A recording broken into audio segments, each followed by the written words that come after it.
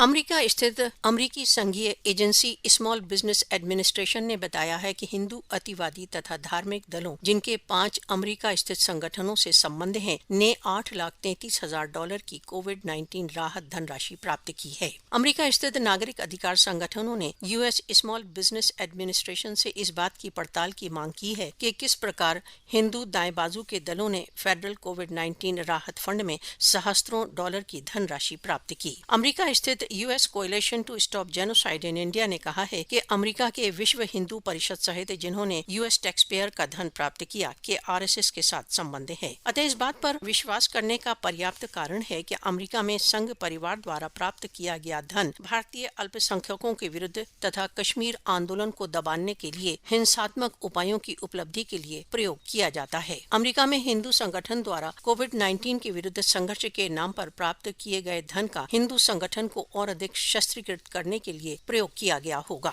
America स्थित coalition to stop genocide in India का कहना है कि कदाचित आरएसएस भारत में ईसाई विरोधी तथा इस्लाम विरोधी आंदोलनों तथा आतंक व्याप्त करने में प्रत्यक्ष सम्मिलित है। अमेरिका स्थित coalition to stop genocide in India ने कहा है कि आरएसएस भारत को हिंदू आधिपत्यवादी राज्य में परिवर्तित करना चाहता है, जहां अल्पसंख्यकों को दूसरे दर्जे के स्थान पर पहुंचा दिया जाए। आरएसएस क्रिश्चियन विरोधी तथा मुस्लिम विरोधी नरसंहार तथा आतंकवादी आक्रमणों को उत्तेजित करने में प्रत्यक्ष रूप से सम्मिलित है। अमेरिका स्थित अतिवादी हिंदू दल कोविड-19 के विरुद्ध संघर्ष के नाम पर अमेरिकन टैक्स पेयर्स धन प्राप्त कर रहे हैं, परंतु वह धन भारत में घृणा तथा अल्पसंख्यकों, उपेक्षितों तथा एकाकी छोड़ दी गए समुदायों को त्रस्त करने के लिए प्रयुक्त किया जाता है। अमेरिकी सरकार समर्थित वॉचडॉग तथा अन्य मानव अधिकार संगठनों को अमेरिका में अतिवादियों द्वारा कोविड के नाम पर पहुंचाई जा रही धन राशि का गंभीर नोटिस लेने की आवश्यकता है।